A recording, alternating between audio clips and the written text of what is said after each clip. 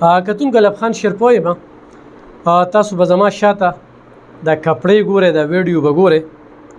بارانونه په ټول پاکستان کې راغلي دي، کراچۍ، بلوچستان او بیا په پښتونخوا کې ډېر زیان وکړو.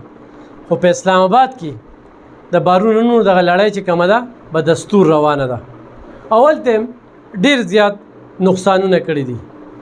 خو دا کوم د کپړې چې زه تاسو ته ښیم، نو دا هغه دکان دی چې ایلب خان شیرپو ویلفیر فاونډیشن دې له ویډیو کړې وه او دا په 52 لاک روپۍ باندې مشهور چې 52 لاک پې قرضه وه.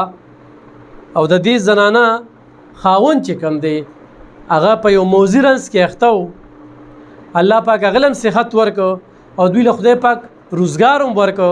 خو موږ سره دومره وخت نو د دوی د 40 لکو نه زیاته قرضه چې کومه ده هغه هم ختمه شوه او روزګار هم له خدای پاک د لکونو ورکړو.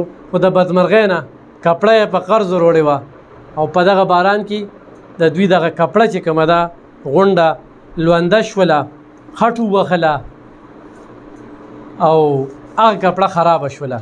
نو د لکونو روپو زیان ورته ورسېده.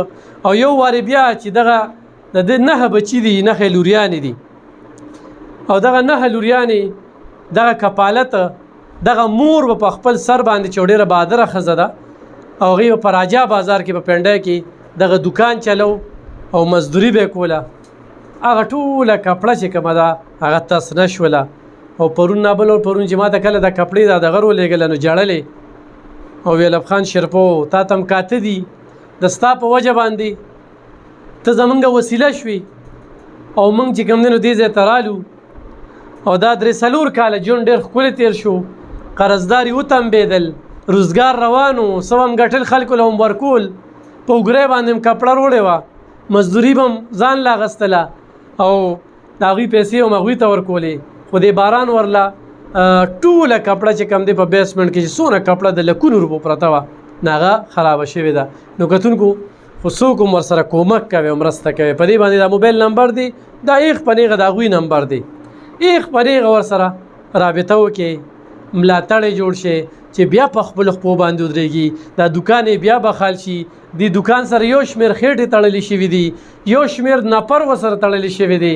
په دې دوکان باندې د هغوی دارومدار روانو، زنانه ذات ته دغه محنت کوي، خپل بچي هم پالي، په هغوی باندې سبق هم وایي، د خاوند هم هغه چې کوم دی نو خصمانه کوي. نو دغه هر څه چې کوم دی نو دغه باران خراب کړي دي. نو داسې خلک ډېرو خلکو سره مخکې کومک او مرستې کړي دي، هغوی ته د ټول خال پته ده. د بعضې خلکو د لاسه دوی موږ سره بدنام شو، تورونه پې ولګېدل د قسم قسم. خو پښتنه ښځه ده، احسان فراموشه نه ده او زما دپاره چې کوم دی نو خپل ځان خو په دو باندې ولګو. چونکې ما کله هم د چا په اوږه باندې ټوپک نه دی ښودلی. ما چاله ویډیو کړې ده، چاله پیسې راغلي دي، چاله څه راغلي دي.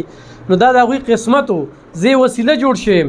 صرف د دې 52 لاک ذکر نه، داسې په زرګو خاندانونه الحمدلله په زرګو کونډې رونډې بې وسه بې کسه بې څوکه خلکو ته لکونه روپۍ راغلي دي. هغوی نن سبا خپل روزګارونه دي او چې کله هم ماښام بچو له سوړي نو ایلب خان شیرپو ته پکې دعا کوي او ایلب خان شیرپو خو نن بچ دی او یا دا خوشحاله دي او یا د دې دومره لوی فتنې او د ناصور عناصر مقابله کوي. نو دا صرف او صرف د دې خلکو دعاګانې دي. نو تاسو ته زما خواست دی چې د دې زنانه سره په دې نمبر رابطه وکړئ او دې زنانه سره کومک او مرسته وکړئ چې دا دوکان یې دوباره بخال شي او د دې چې دوکان دوباره بخال شي د دې به ژوند چې کوم دی خوشحاله شي. د دې بچي به تاسو ته دعاګانې کوي. ډېره مننه، خوشحاله اوسئ.